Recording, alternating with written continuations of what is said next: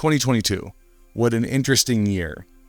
I was just going through my Lightroom folder looking at all my photos from 2022. I realized as the year progressed that I was moving away from a style that I had been doing for the past 2 or 3 years.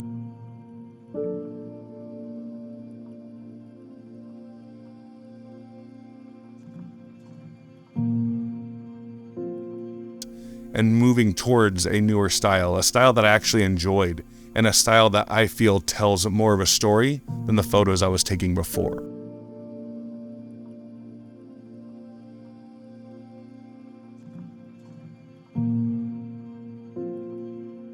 I realized I had kind of fallen into a rut. I was taking the same kind of photos from the same angles, doing the same thing with the colors and the post-processing, and it's a style that I didn't really enjoy, but it's a style that I became known for, so I think I almost felt like that's what I needed to do. So what I decided to do was go out and not shoot that way, to go out and shoot new things and try different things and just take photos and not be so concerned with producing the same product I've been producing for the past several years. I live in Western Washington, and it's always raining, and I live in a town that has a lot of car shows, and the first couple shows of the year I was able to get out and snag some shots even though it was raining, and they're okay shots, nothing I was too excited about.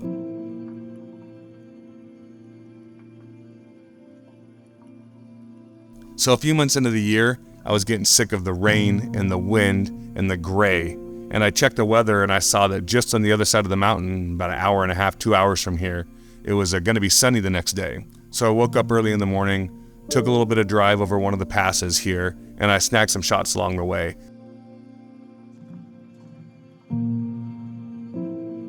I actually made a whole video about getting this shot. If you look back on my channel a few videos, it's called Rimrock Lake. I definitely encourage you to check it out. It's a pretty cool video. The trip wasn't as fruitful as I would have liked it to be. I got a few shots I enjoy, the lake shot, and this is another one of them. Nothing really jumps out about this photo. I just think it's a solid shot. Now, something I'm not a big fan of is families and like kids and parks and just trying to manage that whole style of photo shoot. It's not something that I enjoy. But I did get out a couple times this year, a few with family, a few with others, and I was able to get some solid shots. I was doing a lot of playing and trying to see what I can actually come up with and be creative in these shoots. So there's a couple of my daughter in here, a couple of my nieces in here.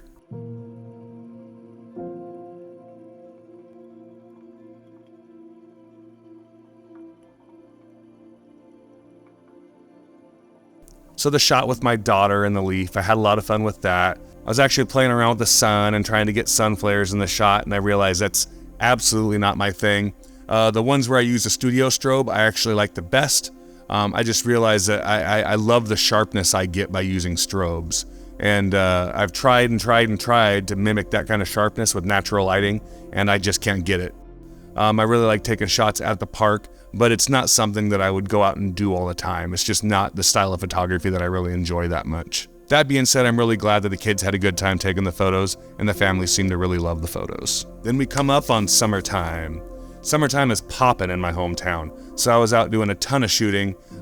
Even though I don't super enjoy taking the same kind of photo over and over and over again, it allowed me to get out there and actually experiment, and I did fall into the old habit of getting those same shots from the same angles. But middle of the summer, I was having a blast going out and doing these car shows. I even broke out my drone for a few shots.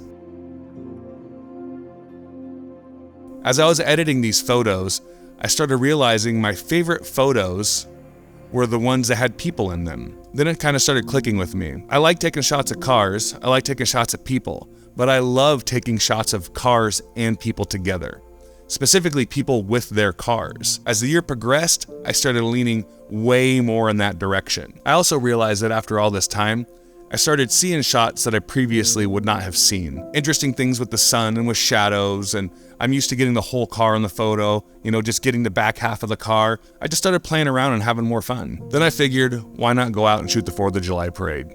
And I love how these photos turned out. I got a ton of them, and I was really happy with a lot of them. I got some GoPro footage. There's another YouTube video, a couple videos back, called How to Photograph a 4th of July Parade, or How to Photograph a Parade. I can't remember what the name is, but look for it. It's a great video. I really like the way I edited that video as well.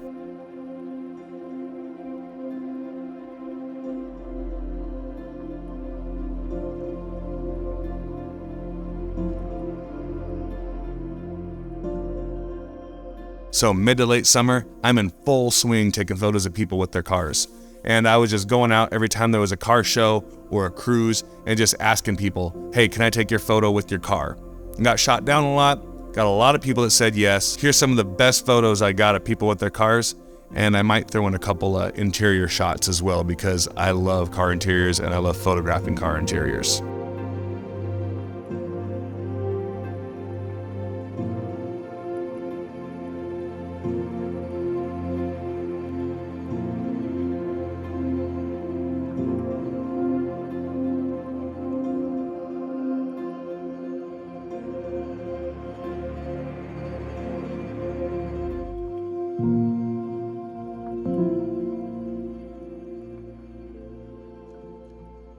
There's a couple of things that I knew I needed to clean up. If you look at these photos here, I can't stand how the dog is not looking at the camera as well. I still love the shots. They were very nice, wonderful people. I just wish I could have got the dog's attention. Towards the end of summer, I had 2 shoots that I really enjoyed. One of them was from my friend Lee.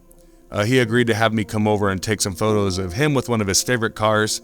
Now, these kind of photos, I was purposefully not trying to pose the photos. I just roughly told Lee where to stand, and then I left it at that. Let the chips fall where they may, I was going to capture that shot. I'm not a big fan of overly posed shots. The second thing that happened towards the end of summer is I went on an early morning hike up at Mount Rainier. I started when it was dark, I went by myself, and it was a magical experience. I got a couple of my favorite shots of the year on this trip.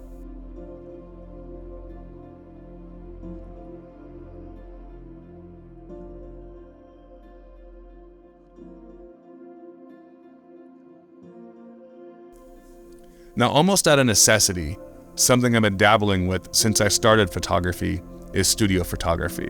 My wife and daughter are awesome, and they let me take a lot of photos of them. I feel like now, after almost 3 years, I'm finally starting to get the hang of it. It's been very difficult learning how to use strobes and bounce boards and backdrops, and it's been challenging, but I think all in all, it's made me a much better photographer. 2023, this is a year that I hope to keep improving. This is a year that I'm going to be open to new things, while at the same time spending a lot of focus on the things that I enjoy. I want to become competent in those styles of photography, in my style of photography. If photography is not fun for me, then I'm not going to keep doing it. I don't have time in my life to pursue things that I don't enjoy. If you like this video or these styles of videos, please subscribe to the channel. Please like this video, and we'll catch you next time.